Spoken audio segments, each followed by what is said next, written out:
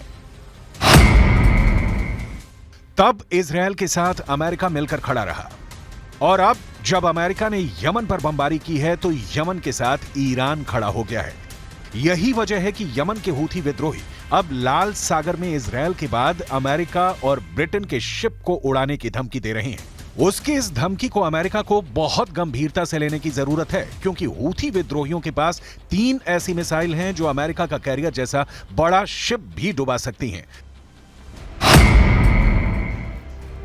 पहली मिसाइल है फलक। इस मिसाइल में ईरान से मिली हुई गाइडेंस किट लगी हुई है। इसकी रेंज है 140 किलोमीटर। दूसरी मिसाइल है तनकील। इस मिसाइल को ईरान की राद 500 मिसाइल की कॉपी कहा जाता है। इसकी रेंज है 500 किलोमीटर। तीसरी मिसाइल है सबसे खतरनाक, नाम है आसिफ। ये ईरान की मिसाइल फतेह 313 का ही वर्जन कही जाती है। रेंज है 500 किलोमीटर।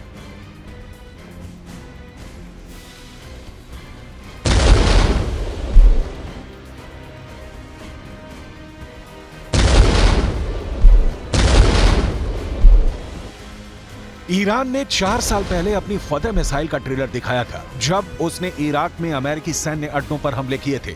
ये वही मिसाइल है जिससे ईरान ने जनरल कासिम सुलेमानी की हत्या का बदला लिया था। ये वही मिसाइल है जिसके धमाकों ने 100 से ज्यादा अमेरिकी फौजियों को धमाके से जहनी रूप से बड़ी चोट पहुंचाई थी, जिसे ट्रॉमेटिक ब्रेन इंजरी भी कहते हैं। ईरान ने अपनी फतेह 110 मिसाइल से कई हमले किए और अमेरिका उन्हें रोकने में पूरी तरह फेल साबित रहा।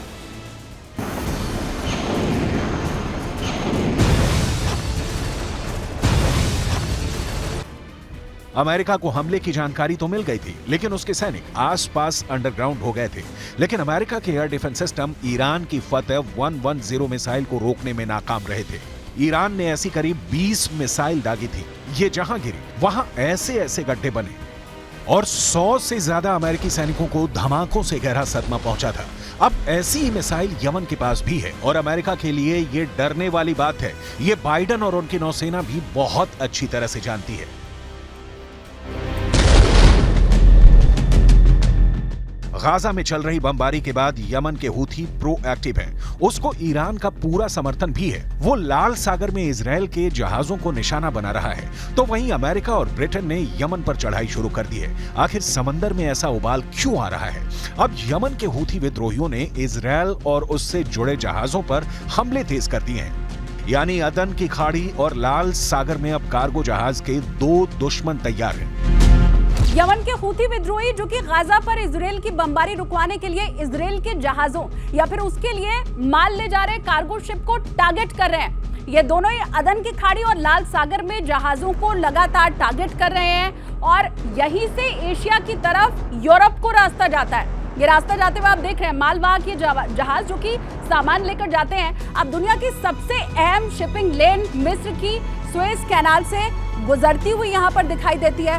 और बड़ी बात इसमें यह है कि शिपिंग लेन की तरफ लाल सागर से होता हुआ जो रास्ता है, अगर इसे ब्लॉक कर दिया जाएगा तो फिर बड़ी लंबी दूरी हो जाएगी। ये रूट 6000 किलोमीटर और ज्यादा लंबा हो जाएगा। कैसे, वो भी आपको बताते हैं, क्योंकि उस वक्त समुद्री जहाजों को अफ्रीका का चक्कर बाकायदा लगाते हुए, या देखिए कैसे ये चक्कर लगाते हुए और फिर आगे यूरोप की ओर बढ़ना होगा। अगर इजराइल जाना है तो फिर रास्ता 10,000 किलोमीटर तक और ज्यादा हो जाएगा।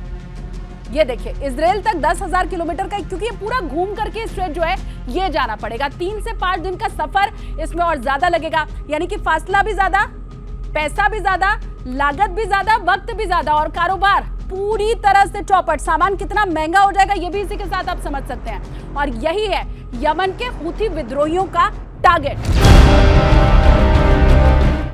यमन के हूथी विद्रोही इस वक्त गाजा में बमबारी का बदला इजरायल के जहाजों को बनाकर करना चाहते हैं और ऐसे हमले उन्होंने तेज करने का ऐलान कर दिया है। हूथी विद्रोही लगातार इजरायल पर हमला कर रहे हैं। वो क्रूज मिसाइल भी फायर कर रहे हैं। बैलिस्टिक मिसाइल से भी इजरायल के दक्षिणी इलाकों पर अटैक कर रहे हैं। साथ में इजरायल और अमेरिका को लगातार धमकियां दे रही हैं। हूथी विद्रोहियों के टारगेट 2 हैं। पहला है इजरायल और दूसरा है अमेरिका। हूथी विद्रोहियों ने इजरायल के शिप को टारगेट करना शुरू कर दिया है। वो अमेरिका को भी अपना दुश्मन नंबर 2 मानता है। लेकिन अभी के हालात और तेवर बता रहे हैं कि यमन का सबसे बड़ा दुश्मन अमेरिका बन चुका है। गाजा में चल रही जंग के बाद दुनिया में कारोबार के लिहाज से हालात कितने गंभीर हो चुके हैं, इसका खतरा सब महसूस करने लगे हैं।